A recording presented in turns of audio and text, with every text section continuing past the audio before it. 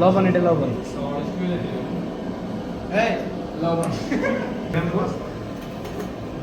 Salt.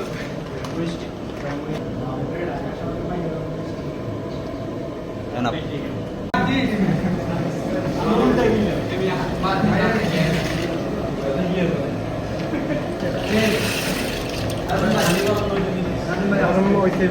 এখানে আমাদের stock ওয়াটারের সাথে যদি মিল্ক পাউডার আমরা ইউজ করে ফেলি তাহলে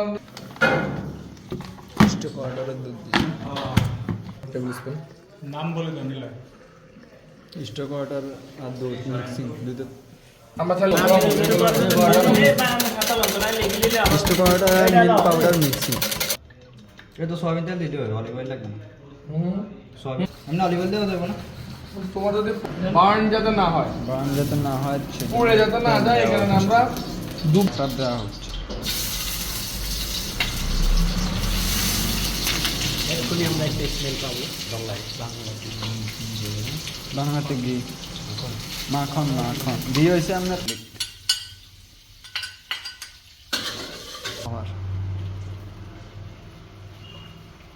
কতটুকু এই 1.5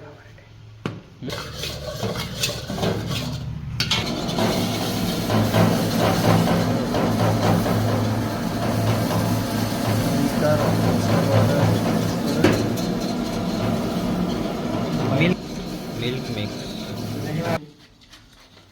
ব্ল্যাক পেপার দেওয়া হচ্ছে। অরিগানোটা নাও। অরিগানো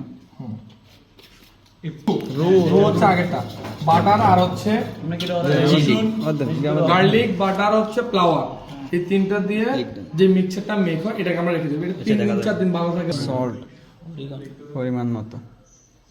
সল্টটা একটু কমায় দিবেন, চেক করে তারপর খাবার দিবেন। কেন?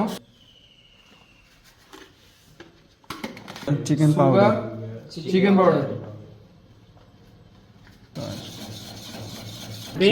ক্রিম চিজ ক্রিম, এটা হচ্ছে সবচেয়ে এক্সপেন্সিভ আর সবচেয়ে টেস্টফুল চিজ হচ্ছে এটা।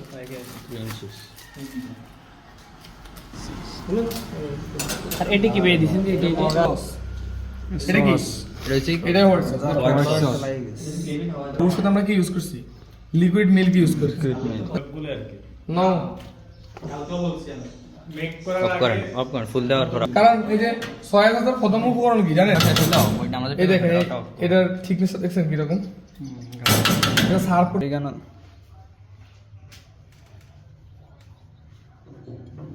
চিজ আরেকটা আছে না, চিজ সাদা সাদা মোজারেলা।